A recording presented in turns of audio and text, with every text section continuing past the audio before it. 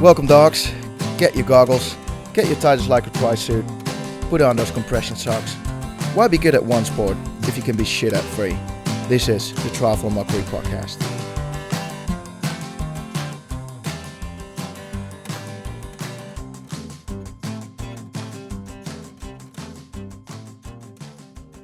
Yes, and welcome back, my dogs. And we flipping missed you, baby. But it was just hard to find some time. I'm sitting here from Amsterdam, and Jody is literally at the other side of the world with a 12-hour time difference in New Zealand. And even when we were training in Gran Canaria together in, when was it? January, we weren't able to record a podcast. Jody, what happened to us? I know, mate, I know. I think part of it was that illness, what we got there, wasn't it? That kind of like scuppered us a bit. And then about a day or two later, I was heading off, weren't I, back to pretty much back to the UK, and you were still out there. But yeah, it was a shame that we couldn't actually get it. But the hotel food got the best of us, didn't it? Yeah, and right now it's just like nothing happened to us. It's just really hard to schedule a podcast. But we're back, baby. We're back. And it's the 17th of February, and you are racing in literally 2 weeks, like Ironman New Zealand, and that's why you're there, right? Yeah. Came out here just under 2 weeks ago to get some training in, get used to the weather. Although at the moment it feels like I'm back home in England. It's like been raining all morning. It's a bit damp and grey outside, but other than that, it's been great. And yeah, just getting the sessions in, mate. Just building up and hoping to start the season on a high. So kick-start things off. Have you got any highs and lows for the, let's say, the last period? Oh, mate, the biggest low I had was when I was ill in Gran Canaria. So I went out for a run in the morning. I can't remember if I did anything first. I think I did a swim, and then I went to go for a run at about 10:30, and I went with one of the guys called Steve, who's a triathlete that was out here, and he normally runs about, I think, between 4.5 and 5 minute K pace. And I remember running out to meet John because he'd taken his bike to the shop, and I was trying to run at 5 minute K pace, and I just felt terrible. But I'd done quite a lot of training, so I thought, maybe it's just a bit of an off day.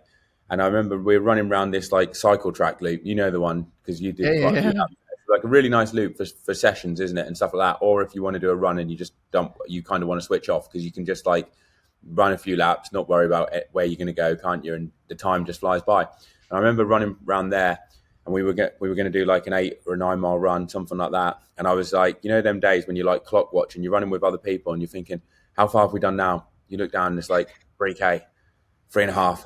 And I'm just running around there, and I'm thinking, God, I need to head back soon, but I don't want to be a bit of a wimp and say like, let's head back early. And then Steve and John were like, let's just do another 1 or another 2 laps, shall we? I carried on running. I felt like I was doing an Ironman shuffle. It was only like a 9 mile run, but it felt like flipping survival, like just trying to get myself round. And I did feel a little bit better as I got towards the end. But then once I finished that run, I got back to the hotel, like I had a shower, and I was bedridden, mate, for a whole day. Like I couldn't get up. I felt awful.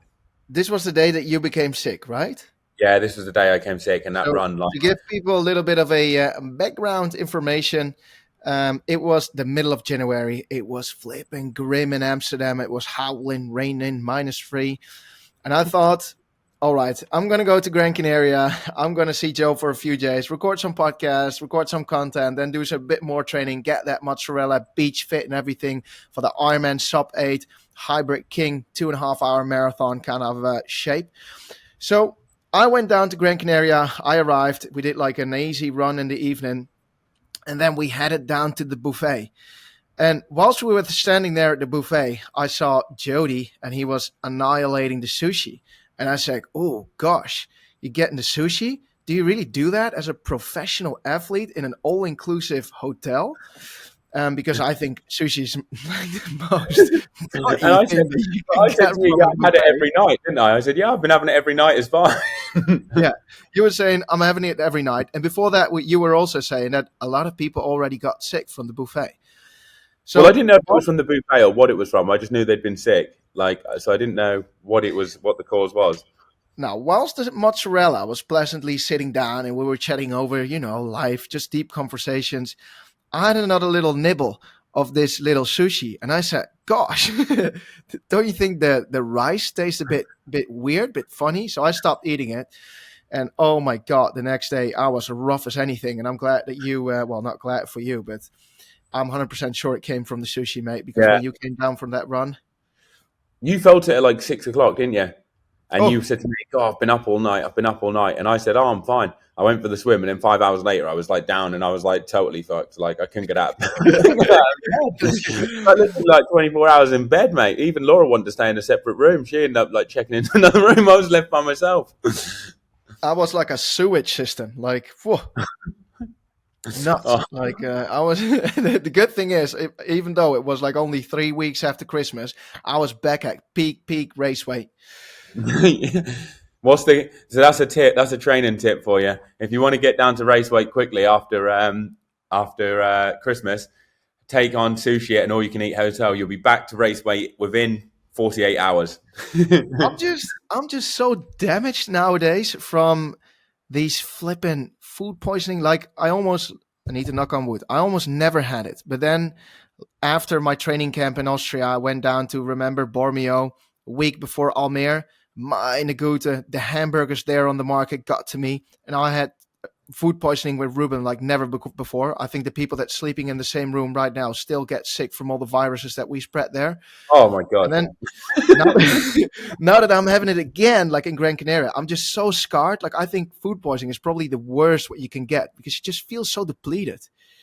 Maybe we need to up our kefir and kombucha intake. You think it's the gut? Yeah. Like Yeah, we need to take on more kefir. yeah, That'll sort it out. probably. But anyway, that was our training camp, real well together in Gran Canaria. It was literally just sharing food poisoning, and that's why we weren't able to get a podcast out. But right now, all right, you're in New Zealand. You've got 2 weeks. What's the juice then? What we've been up to? You mean so Stories far? in town, the big hitters racing.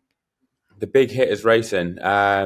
Basically all the top New Zealanders are here, as you'd expect. Like they're all on the start list, and then foreigners. I mean, who are coming over? I'm trying to think off the top of my head. There's that Arnaud Goulot. He's seems like he's going pretty well.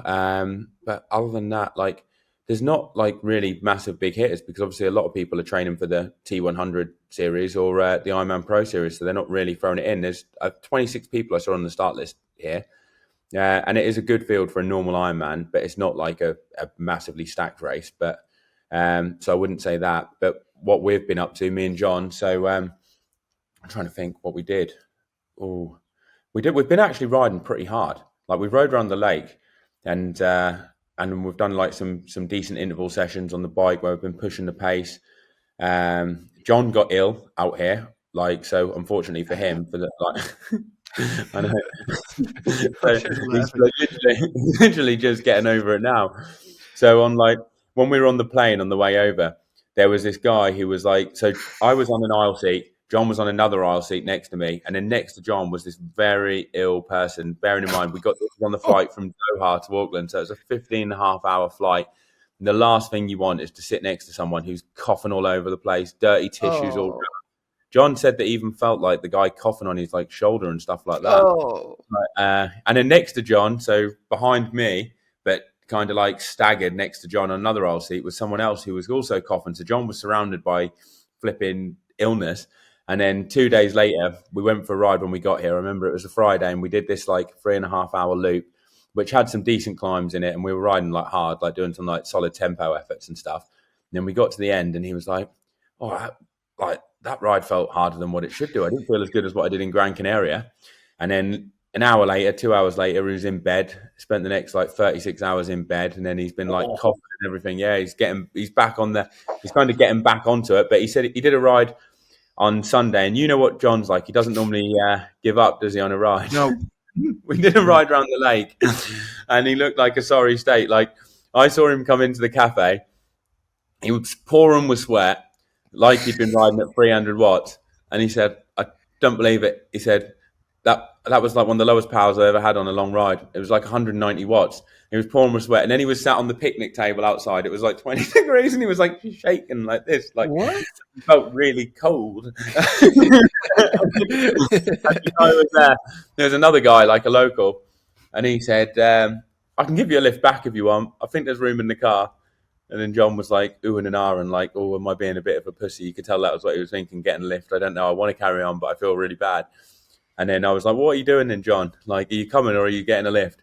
And then I went to, and I came back, and he went, I'll see you at home. That was it. That took him down, but he's back on the mend. He's not coughing now, and I think he's looking up. But it's crazy though that like took him out for that long. I mean, like that's been. I mean, we got here on Thursday 2 weeks ago, so it was basically probably 10 days, something like that. Yeah. It's been for. Yeah. Well, at least you've got another like decent week training and then taper. Got hopefully a crit tonight on a racetrack, which will be interesting if it's dry. I'm not going to do it if it's wet, but if it's dry conditions, that'll be a bit of fun. I'm really looking forward to that. Just hoping it dries out a bit. Yeah, I can also, imagine. want to go go-karting as well out here at some point, like having a little battle. That's just to get used to the speed of race day. Just to get used to the speed of my new TT bike. Feel the air. Yeah, baby. All right, nice one. That's and have you been training out with the big New Zealand hitters? Is for example Carl Smith on the list? Yeah, so we trained with Carl Smith, but only swimming. Like we've been trying to get him out on the bike and run, but hasn't worked yet. But we've only been like getting punished by him in the pool. But Kylie Smith is doing the full distance. No, he was thinking of doing it, I think, but I guess he just decided to turn his attentions and keep his attention on the T100. Yeah. But been swimming with Fenella, Langridge and Billy, and then Hannah Wells. So that's been like the little group. But basically, all the cycling we've pretty much done, me and John, and then a local guy that came out with us. Kyle says he might do the crit tonight as well. So might have a bit of action from that. We'll get a bit of footage filmed as well, so you can see. I want to try and tape the camera to the bike so we can film it, because I think it'll be quite funny. Oh man, it just sounds, the weather here is a bit naff. So the crit racing, we almost did a crit race basically when we were in Queenstown. Not Queenstown, in Christchurch, because that ride, what do they call it, the Wednesday World Champs or something, or Tuesday World Champs? That was like, I really enjoyed that. What about the spending amount in the grocery stores? They're cheaper, mate. Cheaper than hit back home. Yeah? Yeah, I think they're cheaper, like for certain things. Like steak, I brought a fillet steak the other day, 250 grams. How much do you reckon it cost me? $2. $2 for a fillet steak? Okay. I don't know, like $10. Mate, I'm not getting it off like the person who's nicked it from the co-op. Like, like it was like $10, $10 or $11, so basically £5. I mean, you wouldn't get that for that price. All right, back. No, definitely not. No, I'd say basically the similar price to what you paid back home, but it's definitely no expensive. I think it must have just been when we were in Wanaka, because it's quite. I just remember that the supermarkets in New Zealand always had these like shelves where you could pick nuts in like one of the in a plastic bag. Yeah, every flipping day we were like eating a shitload of honey nuts. Yeah, I did that the other day. Honey? Well, you got to try before you buy, ain't you? You know, I want to know what I'm letting myself in for. I've had some bad experiences with food, as you well know. But also we bought like a load every day. Yeah, they still have them. They still have them, and I've been getting my fair share. Pack and save at Taupo is not going to know what's hit them. Yeah. But so yeah, that's basically how it's been going. It's been going all right. I've got a YouTube video coming out soon. We filmed a session like 3x5K. That was a good one. Where in New Zealand? In New Zealand, yeah, on the lakefront. Who filmed it? John, when he was like recovering from his illness, he was on the bike with the Insta 360. He was getting some good footage. I wasn't actually going to make it into a YouTube video, but we got so much footage, I thought, might as well. Yeah. Wow, you're getting into a real content creator. Did you saw my proper content video? Bodybuilder versus triathlete takes on Hyrox. I did, yeah. I watched that. I watched that yesterday. I saw that. Like, are you racing that guy this weekend? No, he's doing Rotterdam, but he's not a runner, is he? So he's like way slower. But on the weights, he's quick. Is he slower? Is he slow at running? Yeah. Oh, poor lad. But I trained with a. So just to clarify, I'm a full on still this year for Ironman. The goal is, like I said before, sub 8 in Copenhagen. I'm running mega consistent. I'm like my running. I think my running is going really well. Cycling is on a bit of a low because I'm running a lot. I'm training in the gym like 4 or 5 times a week, and I'm swimming like 3 or 4 times a week, and then I'm cycling like 2 or 3 times a week. So not a lot because I've got Hyrox this weekend and the weekend after that, and I hope that I can crack an hour. And then I am going to switch again from the hybrid lifestyle to marathon because I'm running the marathon in London, where my goal is going to be not 2:30 yet because I think I'm too heavy and not quick enough yet for 2:30, but I do think I can run 2:35. So If you that's can go under 2:38, I think it is, you can get a championship entry the following year. okay. So that would be a good target. That would to try and get that if you did London, and then also in other marathons, you'd probably be able to get in if you wanted to do any of the other ones. If you got a time in the 2:30s, what Yeah. what do you think you'd need to do like for you to go like around 2:35? What would be like a couple of key sessions that you think that you would like to hit in the build up to that to think? Um, Okay, I did a 30K run a week ago. So I must say I started, so I had a 2 week break over Christmas, started running again, had a couple of decent sessions. I did like a half marathon at tempo that was like 3:52 pace. And then I did another 30K run last week at free.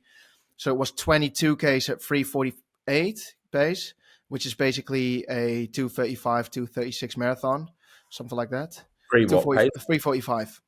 You need to hit like 3:40s for a 2:35 because No. 3:43, yeah, 3:43s is like 2:40, 2:37. 2:37. All right. Yeah, that's 2:43. That's 2:43 pace. I mean, pace With is 158 beats heart rate, so that's bang on tempo. So I'm 100% sure that I'm now in that shape of a marathon. So that's like 2:37 then, 2:39, Can something you like that. take on a session?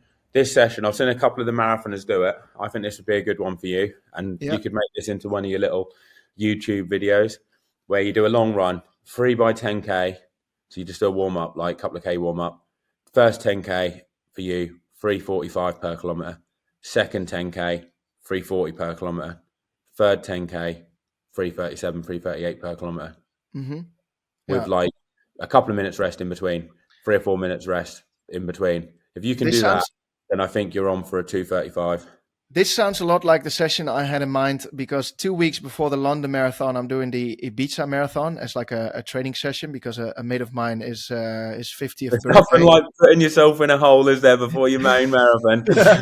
No, but Be fair with it to go to the marathon feeling fresh and doing yourself justice. If you don't feel fucked in if you don't put yourself in the K hole, then why is it all worth it? what you need to do, guys, is before you've got your main A race Ironman, you need to do another Ironman 2 weeks before where you really nail yourself, and then you get that feeling of fatigue in your A race, which really makes you feel like you're a warrior. I don't know. A lot of the Kenyans do like a 40K long run. Oh, a lot of the Kenyans are on a lot of other recovery methods as well, I've heard. And But it ain't the anyway, fillet steak, mate. It ain't sushi.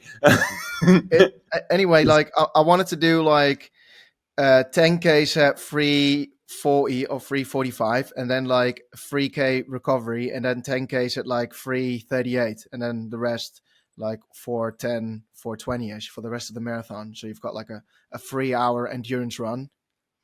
Um, Yeah. Another good session for you would be for the marathon, could be 4 or 5 5Ks at target marathon pace with a K easy in between. yeah. So So 3:40 first, per kilometer. so I've got 10 weeks left. I think the main key for me is just to click 80 to 100 Ks per week.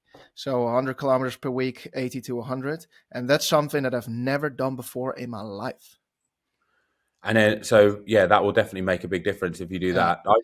And when you go to, like you said, after the marathon, you turn your attentions to the Ironman, trying to go sub 8 hours.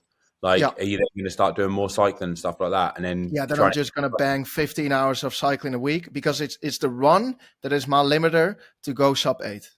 Yeah. And the really, swim a little bit. Yeah. Because if I run 2:52 and I would swim 54 and ride something like 4:10, 4:12, what I've done in the past, yeah. or even 4:15, 54, and then a 2:50. I think that's sub 8, something like that.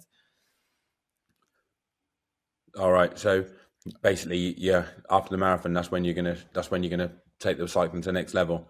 Your Yeah. biking improves quite quick, doesn't it, as well? Like in the past. So that's the lifespan. But do you think I can crack an hour Hyrox this weekend? You've done it twice now. I don't know because I don't like. I was saying this when I yesterday. Like I don't know how quickly you can improve from training. Like anyone, like because I've never actually trained for it, so I don't know how. Like if I was to do like burpees and stuff like that in training, would I improve really quickly or would I just be pretty shite? Do you know what I mean? Like Yeah. still, like I don't really know. So I don't know how much because like your running's definitely got it. Your sled push was really good. The ski erg's pretty much an endurance, and the rowing's an endurance. So 3 of the 4 stations already I mean, 3 of the 8 stations you sorted at, aren't you? Really? I mean, the sled pull's not really. You're probably not going to be much different on that because you haven't had enough time to improve, have you? So, No. farmer's carry you were really good at actually as well. So it's basically Wall the wall balls, balls, the wall balls, you uh, can take 3 or 4 minutes off that the just by being burpees. half decent, and then you've already nearly got to an hour. Yeah, that's like 3.5 minutes. Burpees like 2 minutes. Together is 6 minutes, You and then can take 2 minutes off the burpees. yeah, because I had like 5.5 minutes, mate, and I see people doing it in like 2.5. Fucking hell, 2.5 minutes, 2 minutes is a big increase. I mean, if you can do 3 or 4 minutes off the wall balls, you can do 60 seconds off the burpees, and you rate it more aggressively. Like you can just push the runs hard, then you could do it. and You can, and hope that the kilometers are actually 950 meters because you have that in some races. well, yeah, it's not what they reckon. That some of the races are quite Yeah, short. because if I look at Frankfurt, what I did now, I don't want to make up any excuses, but there are some elite 15 guys, so like the professionals in Hyrox. Yeah, The quickest one of them went 58 minutes, and in some races they go like 56 minutes. Like yeah. I think the times are really slow. But anyway, so yeah, that's this weekend. That is Well, this I'm weekend. looking forward to it, mate. I want to see how you do. Be interesting to see. You've done quite a few sessions for it anyway, so definitely going to be a lot faster than the last time you did it. Yeah. But before we're going on to the main subject is going to be what's the main subject of this week, Joe? The main subject. I don't think we had a main subject. I did come up with a bullshit buster. And what? No, first the main subject was stress on the body, racing too much, and being like Oh, mentally, but the emotionally drained. athletes being are a lot of athletes being burnt out, basically. Yeah. And also Uh, talking from it from an amateur perspective. Alrighty, big dogs, the mozzarella here. I quickly want to ask you a favor. I haven't asked much over the last 2.5 years, but I'm super, super excited to announce that I'm finally, after a bit more than a year, going to launch the sports nutrition product that I've been talking about for ages. Is going to launch in a bit more than a week. And it would really mean a lot to me if you would subscribe to either, if you would go over to the Instagram page or to the web page and subscribe to the launch date. Now it's going to called Gonna Fuel. The brand is going to called Gonna, from going to, I'm going to train, going to recover. I'm going to hang out with my mates and do a flipping hot threshold session. So yeah, if you would head over to Gonna, Gonna, on Instagram, or head over to gonnafuel.com and yeah, please show me some support. I would really appreciate it. I've been spending a flipping year on building this, on making this. It's a product I've been using as a professional through a pharmaceutical company. They made it for some pro tour teams, and it is the most scientifically proven supplement in the world is a caffeine. Caffeine was even banned in like the early 2000s. It's been taken off the banned list.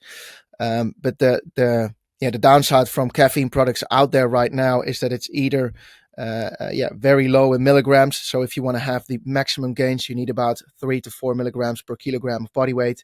And the second thing is that it's mainly made out of like either cheap synthetical materials or from coffee beans. And the problem with that is that it quickly releases into your system, so it gives you like jitters and anxious feeling. So if you feel like you're taking caffeine, you feel like you're getting that anxious feeling.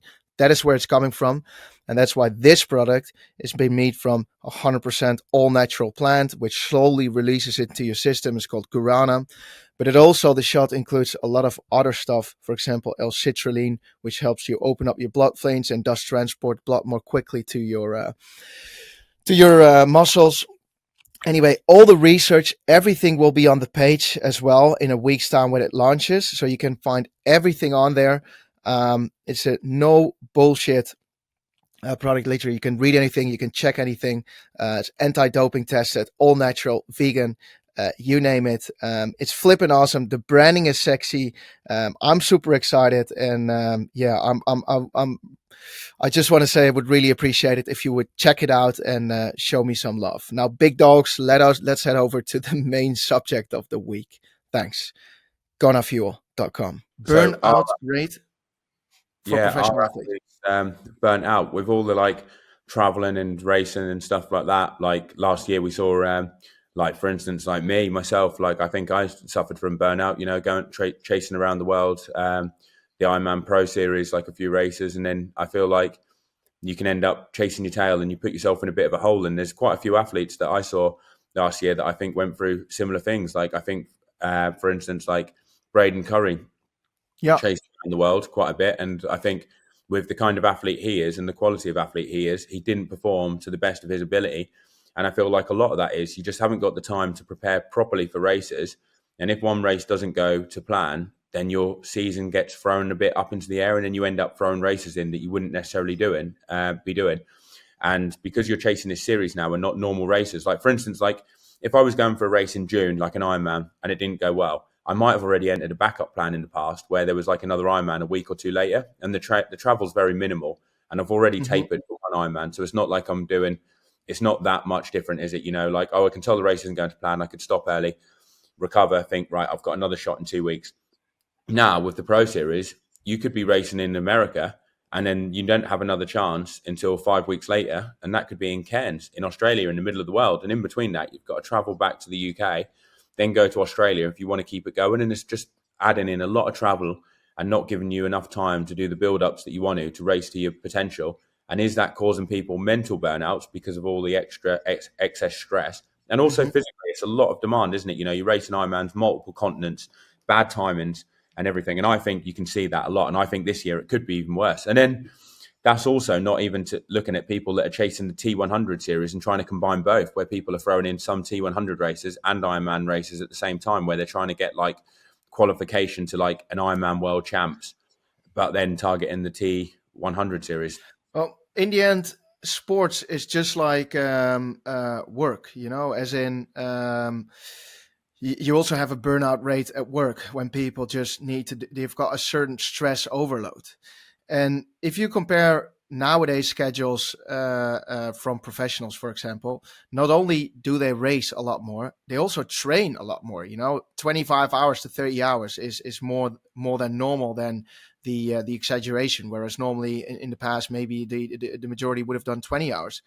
But I think also for amateurs nowadays, from hybrid athletes to whatever I see on Instagram, because you've got social media, everyone makes each other crazy with the amount of hours they need to train and that they're training. And in the end, so let's say if you're an amateur and you're training 15 hours a week and you only got into the sports for like a year, that's like a crazy amount, you know? And then in combination with maybe work, with a lot of events where you need to dig deep. So whether it's a running event, a Hyrox or an Ironman, every time you dig very deep, even it's a training, you just stress your nervous system. And I think all that together causes burnout rate, and also that people are not looking forward to a race anymore, are not motivated to train. It's just like an overload of stuff. Yeah, definitely. Looking at like some of the pros, how do you think this season's going to go? Do you think people will handle it better, knowing like what they've seen other people going through? You know, because obviously you can see some people haven't performed as well as what they should have, so they might, like other athletes might learn from that and think, oh, so and so did this, like I'm not going to. I do think so, because you had a lot of athletes last year that were like, all right, I'm going to do the T100 and I'm going to cherry pick some Ironman races as well. And what you see is that there's just no superhero, you know, no one can do it all. So if you want to be the best at a certain distance, then you need to focus. And you can't do a little bit of everything. But you know, like even for instance, like Martin Van Riel is going to be doing 2 Ironmans this year if he qualifies in South Africa. And he's obviously a T100 athlete. Like that's his bread and butter, isn't it? You know, I mean, he could be a really good Ironman athlete. We don't really know, but like he's obviously going to throw in South Africa. Then he's going to go into the T100 series, and if he does well in South Africa, he's going to be racing Nice back in September, and then going to the Yeah. T100. Like, What and maybe he is able to pull it off this year. You know, maybe he is able to pull it off. There are other athletes that have done it once or twice. But what makes a certain athlete exceptional is that you're great or one of the greatest, not just for a year or 2 years and burned out after that, but is that you're able to perform at a very high level, very consistent over a very long time, you know, that without being burned out, without having a lot of injuries. That is what makes someone in the end an excellent athlete. that's exactly what I think, actually. Like, people can do it for a year, maybe like 2 years, where they're doing stuff like that. But then at some point, you're going to pay, aren't you, from like stressing your body that much? Like, Yeah, you can't, no one's immune from it. And yeah, it's all great while the going's going well. But at some point, when you pay for that, and then is it worth throwing in all these different races because you can, while you can, but then massively shortening your career and not getting the results you want long term? I would rather be doing well. Like, I mean, Jan Frodeno was at the top of his game for over a decade, wasn't he? And he never really yeah, over raced, did he? He just picked his races, prepared really well for them, yeah, came out, wins a race. And like, that was what made him have the great reputation, because for a decade, exactly. pretty much unbeatable, wasn't he? Whereas like, if he had have had all these series and he was swapping T100, Ironman, doing all that, and then burn out after 3 years, would he have had the legacy that he's got now? Probably not. Probably not. No, and and I think that's the thing with a lot of, I don't know whether it's greed, like that you want to be the best over a lot of the distances and that you want to be the first athlete that did like literally Kona and the Olympics and this and that in all in 1 year, or I don't know, but just like at school or at work or starting a company, if you want to be great at something, then you need to focus. And I think you need to put all your energy into something to make something great. And if you want to be the best at T100, then yes, maybe you can throw in an Ironman here or there, but then over a long period of time, I don't know. I think it's better to focus. Yeah. With me this year after New Zealand, if it goes well, I might race one of the Pro Series races, like Yeah, probably Texas. Even though I'm not really that fond on that course. But like, if you want to throw your hat in the ring, you've kind of got to do one, haven't you? But then I yeah, would make a decision after that and see how it goes. If it goes well, then obviously I'd pursue the series, because if Texas goes well, I would have obviously qualified for the World Champs, and then I'll race that, and then I would only need to fit one more race in June, July, something like that, which fits.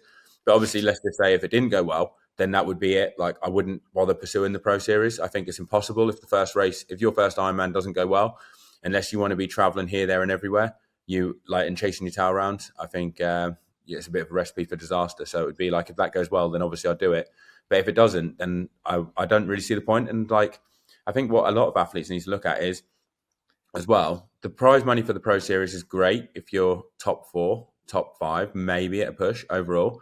But other than that, if you're finishing like 10th or 11th in the Pro Series, the prize money is not actually that good. And because you'll have been racing stacked fields and probably not got that many results, you're probably earning significantly less money than you would from doing other normal Ironman races. It's like, it seems good because obviously it's 200K if you win it. But if you finish 15th in the Pro Series, was it worth it? I personally don't think it is. I think like, it's worth it if you can get a top 5. Other than that, it's especially pointless. not with all the traveling costs and the You wouldn't stress. even cover you wouldn't even cover your travel costs, mate. You could finish 10th in the Pro Series, you get $10,000, but you probably have travelled around like 3 different continents to do that. You're Yeah, actually going to be, you won't have even covered your travel costs. Like, so basically, you've been racing for free. And then if you're finishing 10th or 15th overall, chances are you probably haven't been getting that good of results in the Pro Series races, so you probably wouldn't have earned minimal prize money. So yeah, really, you're probably not actually making anything. You're probably just breaking even from it. yeah, Like, yeah. so yeah, I mean, that's how I weigh it up and just think, yeah, if you get a good result in the first one, then of course it makes sense to push the Pro Series, because you'd be in the running for a good result overall. But if you're not in for a good result overall, then what's the point? It's like, you're not doing it for charity, are you? Of course not. Of course not. Um, in the end, there's only one thing for charity, and that's the Triathlon Mockery podcast for the mental charity of the listeners. Shall we head over to the bullshit buster? So the bullshit buster was something that we saw on social media the other day, and that was someone saying that if you don't do it in training, you have no chance of doing it in a race. And for instance, that would be like if you don't ride Ironman power for very long durations in time, or run at the speeds you hope to run at in an Ironman for long durations of time in a long run, you won't have any chance of doing it in a race. And I thought that's rubbish because I never do long Ironman reps in training or long runs at Ironman pace in training. And I've done plenty of good Ironman bikes and runs. And I feel like you need to trust the process and trust your training, that you can do it, and you don't need to test yourself in training to give you confidence that you can do it in a race. Yeah, I always call these insecurity sessions, like Yeah. the classic. I'm doing a 180k ride with 4 hours at Ironman pace with a 21k run off the bike at Ironman pace. I'm thinking like, what a waste of day! Like huge stress on the body, not a lot of training effect, and just to build some mental, how do you call it? Trust in yourself that you can do it. To get for my first Ironman, first full Ironman, I didn't even really do a lot of interval training sessions, and my longest run was, well, I think it was something like 23 or 24 Ks at 4:30 per kilometer. That was my long run that I just did in the Dunes. And then at race day, I did the first marathon off the bike in 4:17 or 4:22 pace. So you just need to have faith in the process, really. I think, yeah, it's just a lot of stress on the body and a huge user session. But like you see a lot of athletes doing sessions now, don't you? Like 3 by an hour, something like that, don't you, on the bike, 4 by an hour. It seems like it's all the rage. But I remember when I started off doing like Ironman racing back in like 2012, and like the old school approach to Ironman training was lots of time at race pace, you know, like doing long rides like with big blocks at Ironman pace. And then it became like the new phase back then was the new training bloody I can't say it. The new, Mythology. yeah, that came in was, right, actually we're going to work on improving our thresholds and we're going to increase that and then we'll do well. So then from like 2000 and like, I don't know, 14, I think onwards for a little bit, for a few years, it seemed like people were working on doing more threshold training, more tempos, and very little like people weren't really training a lot of time at Ironman pace. You know, some people still were, but I feel like they were going backwards. And then a lot of people started doing more high intensity training. And then back in like 2020, when Christian and the Norwegians, like their new method came in and they started training from switching from Olympic distance to the Ironman, they started doing lots of training at like Ironman pace. And I feel like that worked well for them because they were literally coming from short distance racing. They had very little time to build up for an Ironman, like literally Mm-hmm. 2 months. It was like almost like doing long tempos and stuff like that. And that worked. But then a lot of people, I feel like, have taken what they did and thought, oh, they do loads of stuff at Ironman pace. That's what we need to do well at an Ironman. But it was different because it worked for them because they were coming from racing sprints and Olympic distance racing. Yeah. Then they needed to do it in a short period of time. But a lot of athletes now are doing it all year round. And I feel like they're just tiring themselves out, I burning know themselves. a lot of, or I know a couple of amateur athletes that trained under the same methodology, like a lot of Ironman power, shitload of Ironman power, and they went flipping backwards. Yeah. It is, in the end, it is very easy to ride at Ironman power, obviously, because you need to ride it during an Ironman, so you're able to withhold it for a very long time. And in the end, it is harder to push yourself for a threshold session or VO2 max session. Is easier to tell yourself, all right, I'll just do like a semi tempo, because you could literally do that every day and every night.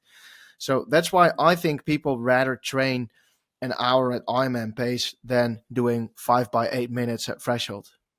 And it looks impressive on Strava because their Ironman pace, you knock along at a decent pace for a long period of time. So you get very high Yeah. average speeds. But yeah, like you say, it's easy to do, but you feel like you're working a little bit. But the stress, I think, the amount it takes out of you physically, like to recover Pure from it, junk. Heavy is a lot. legs afterwards, drained eyes. You feel fucked the next day during your long run. And Monday, you're back in the office. You're better off doing like a long, easy ride with your mates. And towards the end, a sneaky 30-minute K-holish chain gang.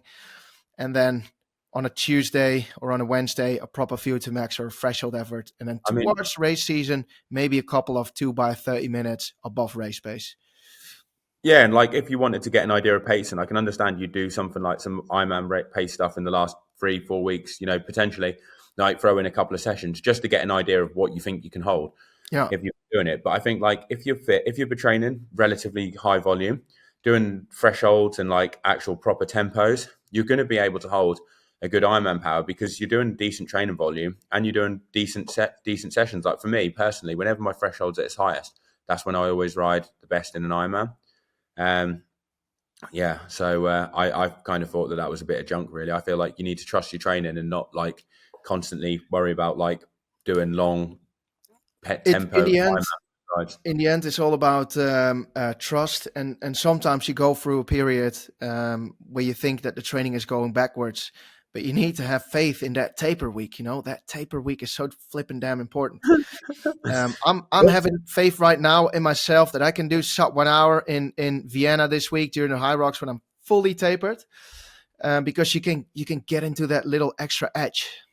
Do you think, you said like if you're one of them, you do all them Ironman pace, you have like heavy eyes and stuff like that. Do you see a lot of these guys then who do all that kind of stuff and then you see them and they look drained? Do they like real? Yeah, because a poor nutrition strategy. So I mean, I was like that myself in the past. So I remember I was always sitting on the couch with very, very red, dry eyes and thinking like, my God, this kind of ride again. But it's just because you're sweating a lot, not drinking, not taking any electrolytes, probably 20 grams of carbs an hour, and then doing that. The mozzarella, it got to him. I went through phases in life. No, but everyone goes through that. But it's just easy to ride at temp. What's the equivalent of a bullshit buster like that in the Hyrox world? Because you've immersed yourself in this Hyrox world now. So what would be like some bullshit busters that you've seen what people do in Hyrox? Or is there any like from talking to people and hearing their training? That's not a mistake because I started off with the Hyrox training in January. And I did like 7 or 8 sessions, and then I went to Gran Canaria, and after that I went to Boston for a New Balance. And in Gran Canaria and New Boston, so over a period of 3 weeks, I didn't do any sessions, only like running, cycling, swimming. And then this week I did 6 sessions. Boom! Because I'm hoping that the adaptations are coming so quick. Is there anything that you notice though where you think like, what the hell are they doing that for? That doesn't make any sense. Extreme over extreme high protein intake. Like but maybe much? This is just the influencer. What are these meatheads taking then? Like, what are they going for? I don't know. I just see these influencers. They're just taking literally only supplements alone, like 100 grams of protein a day. 100 grams? Yeah, because they're starting off with, it's like 2 shakes, and it's like a protein cookie and a this and a that and a protein specific oat breakfast. Which is also like all from this one brand. And I'm thinking like, my Jesus. God, here you're only weighing like 52 kilos. You don't need... Wouldn't want to be on a flight with them for 15 and a half hours, would you? Wouldn't they? Jesus, it'd be like nuclear bombs just gone off. I would say it's under... so I'm in a group chat, for example, with a lot of these hybrid athletes, just to get some sneaky tips now and then. And at some point, so you've got these caffeinated scoops. So this is like a powder form for a gym. First of all, source. The source from caffeine is from coffee beans, or it is synthetical. Basically, it's just very cheap crap. It spikes your levels, which makes you feel anxious. But the dangerous thing is it's very, very, very high in caffeine. So sometimes 300 to 400 milligrams of caffeine. Now, if you're, for example, 54 kilo girl or 50 kilo girl, and you're taking a scoop or 1.5 scoop of these, you're having like 6-7 grams of caffeine per kilogram body weight. That is insane. Like, can you imagine taking, for example, 3 or 4 of these shots? That's like the equivalent of that. Of course, you can feel your heart pumping. So they've got no clue what they're doing. They're just taking what they see online. Taking crappy products, the no strip. I don't believe in that. That's something that I see a lot. What is the no strip? I've seen them using that. What's it meant to do? Yeah, open up the nose wings. Oh, it pulls your nose open. Yeah, Maybe I could get hold of one then for Ironman New Zealand. but why do you think it should help? I don't know. I was just pissing around. The haters would say about Hyrox they would say that it's just a posing competition because everyone's got their tops off. What do you think? No, I think it's a cool event for. I see a lot of CrossFitters and a lot of professional triathletes like Sam Laidlow making fun of Hyrox. But to be fair, the top athletes are very decent athletes, and also it's a sport that is very approachable for the average human being. So you don't need a 12 grand bike, you don't need to pay €1,000 entrance fee. It's not as complicated slash technical as CrossFit. So I just think it's a really good sport Yeah, that you can also do in a duo, so with your friends. And I think it's just jealousy. I think it's a great that event, is and in actually. the end, it's Yeah, also that great for endurance athletes because you get a more all-round strength, a better core. I'm a better swimmer now because of it, and I'm having more fun in training because it's more diverse. is it improving your swimming because of all the core stuff you're doing? Do you Yeah, feel yeah, like 100%. Yeah, interesting? Yeah, one thing I would say is that it is way more accessible than triathlon. Like the bikes and everything in triathlon are getting crazy now, the cost of them and stuff. Whereas that is the good thing. The barrier to entry in Hyrox is so cheap. It's like, yeah, it's £100 to enter, but all you need to do is join a gym, and you don't even necessarily need to join a gym. You can just train for it at home or in your normal like gym, what you join for like a cheap price, and that's yeah, it. Isn't it? A pair of run shoes is all you need for the event. You don't even need a t-shirt. Like you don't. yeah. Exactly. There Like, you go. it's actually And frowned upon to wear a t-shirt. One bit of kit and less you need. and another good thing, what I think about it is the ability to train in a big group, so you meet a lot of people. And a big problem under a lot of people is loneliness. And sports is a great way against loneliness. So it brings people together. And triathlon is not really an accessible sport. You know, you need an expensive bike, you need well, entry fees, etc. You name it. And I think Hyrox is a really accessible sport for a lot of people. So and in the end, we all think health is best. It's very important to stay on top of that body. And So yeah, no hate. these top Hyrox athletes are flipping fit, aren't they? Like when you see the Yeah, times that they do, like it is pretty impressive how quick they go round. yeah. Yeah, and I can't see why. I mean, I just think it's sad that CrossFitters and some pro triathletes hate on Hyrox because the sport grows so fast. Like, I just think it's sad.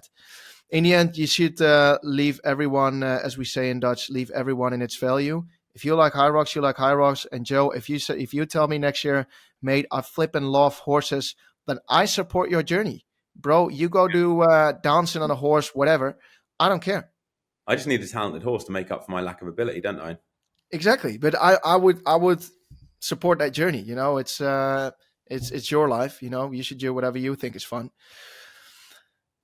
Anyway, let's round it up for this week. So before we're heading off, don't forget to head over to that gonafuel.com or on check it out on Instagram and stay tuned. It would mean a lot to me. Jody, I'm very excited to see how you're getting on this week with the training. I would be keen to do a podcast before your race week, just to see we've got some last chats in town. It's the first Ironman of the season, so I'm very curious to see how you're getting on, but also how some of the other athletes are getting on. All right, I'll catch you later. And Good to catch up. what I think interesting to see, by the way, is what the fastest age grouper does in New Zealand. Oh yeah, have you got the record on that? Did you beat Plouse's No, record? no, no, no. I don't even know what I did. Something like You did 8:30. 8:30 something. Yeah, 8:38 or 8:35, something like that. But it's. I'm curious to see the level of improvement under amateur athletes. And you, before we go, you've got to give it a junkyard dog, haven't you? Because that is where the home. This is where the home of the junkyard dog. This is where This it came from. This is where it originated. For the people that this don't is know, where the junkyard dog is born on the course of Ironman Taupo. yeah, 2020, 5 years it's been around. We're Oh, bringing it honestly, mate, I'm so jealous that you're there. back. It'll be coming out. Mike Phillips, Braden Curry, the dog's going to get you. All right, thanks for listening, everyone, and we'll be back hopefully next week. See ya. Bye.